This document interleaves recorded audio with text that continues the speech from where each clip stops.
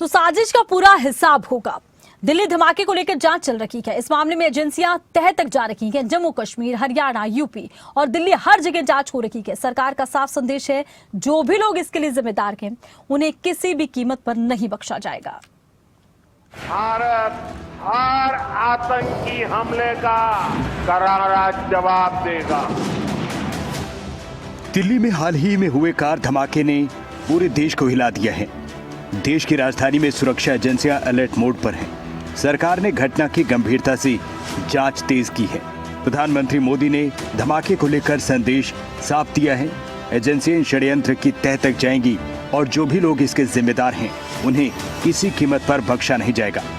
PM का संदेश और एक्सरसाइज त्रिशूल के तहत भारत का मरुज्वाला के नाम से एक सैन्य अभ्यास बहुत कुछ कह रहा है।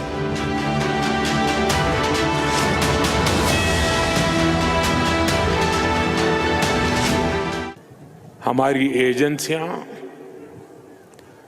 इस षड्यंत्र की तह तक जाएगी।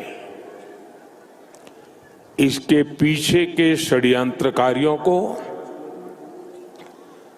बख्शा नहीं जाएगा। All those responsible will be brought to justice.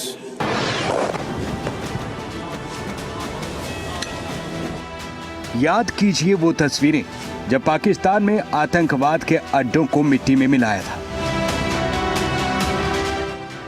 Pakistan में जैश ए मोहम्मद के बहावलपुर मुख्यालय पर भारत का प्रहार नजर आया था।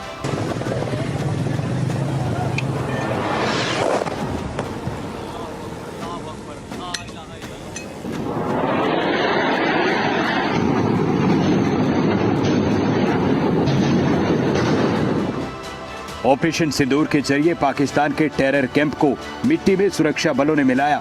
तब भी सरकार का संकल्प यही था, देश नहीं मिटने दूंगा, देश नहीं झुकने दूंगा। सौगंध मुझे इस मिट्टी की, मैं देश नहीं मिटने दूंगा,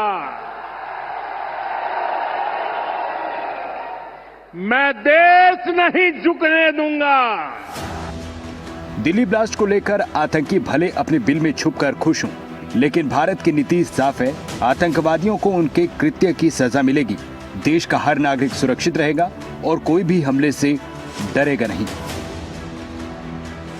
And foremost, I extend my heartfelt condolences to all those who lost their lives in the tragic incident that occurred in Delhi yesterday.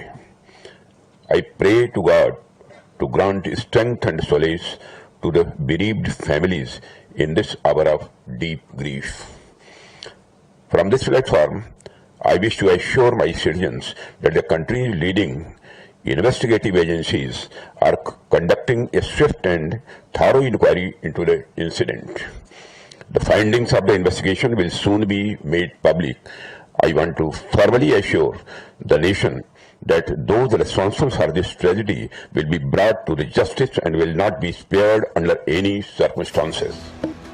PM Modi का संकल्प और उनके दृढ़ संदेश से साफ है कि सरकार किसी भी तरह की आतंकवादी साजिश को बर्दाश्त नहीं करेगी।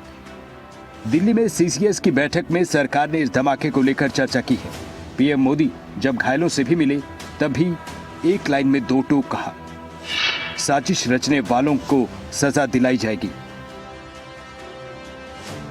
इस धमाके के पीछे कौन है और किस हद तक इस साजिश को रचा गया, इसकी पूरी जांच जारी है। लेकिन प्रधानमंत्री मोदी का संदेश साफ है, जो भी इसके पीछे है हिसाब पूरा होगा, ठीक वैसा जिसका एक अध्याय ऑपरेशन सिंदूर के वक्त सीमा पार दिख चुका है। याद कीजिए army chief general Upendra Dwivedi की वो चेतावनी जिसमें पाकिस्तान को ऑपरेशन सिंदूर का असर और पाकिस्तान को आतंकवाद से प्रेम रखने की कीमत समझाई जा चुकी है। इस बार भारत देश पूरी तैयारी के साथ है और इस बार वो संयम नहीं रखेगा जो सिंदूर 1.0 में हमने संयम रखा। इस बार हम आगे की कार्रवाई करेंगे और कुछ ऐसी कार्रवाई करेंगे कि हो सकता है पाकिस्तान को सोचना पड़े कि उसे इतिहास में, भूगोल में रहना है कि नहीं रहना है। अगर उसे भूगोल में अपनी जगह बनानी है तो उसके लिए उसे जो स्टेट स्पॉन्सर्ड टेररिज्म जिसको हम बोलते हैं, यानी कि उसका देश जो टेररिज्म को स्पॉन्सर कर रहा है उसे रोकना पड़ेगा। केंद्र सरकार के इस रिएक्शन को समझने के लिए पिछली बड़ी कार्रवाई ऑपरेशन सिंदूर को याद करना जरूरी है। ऑपरेशन सिंदूर ही है जिसमें जैश के सरगना मसूद अजहर के परिवार के कई लोगों के चिथड़े उड़ गए।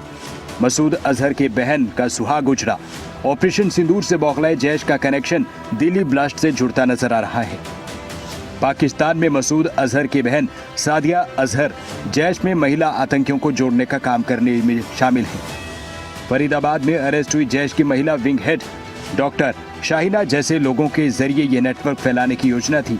डॉक्टर शाहीना ही आतंक के इस बड़े डॉक्टर मॉड्यूल की वो कड़ी है जो भारत में ब्रेन वॉश कर इस मॉड्यूल को आगे बढ़ा रही थी। फरीदाबाद में गोला बारूद की खेप को इकट्ठा करने में शाहीना का हाथ रहा, लेकिन जैश और जैश के ऐसे स्लीपर सेल को भारत सरकार का संदेश हमेशा याद रखना होगा। ऑपरेशन सिंदूर के वक्त तब सरकार ने साफ किया था, आतंकवाद को बर्दाश्त नहीं करेंगे। आज भी सरकार का रुख वही दिखाता नजर आता है। ब्यूरो रिपोर्ट, खबरें अभी तक।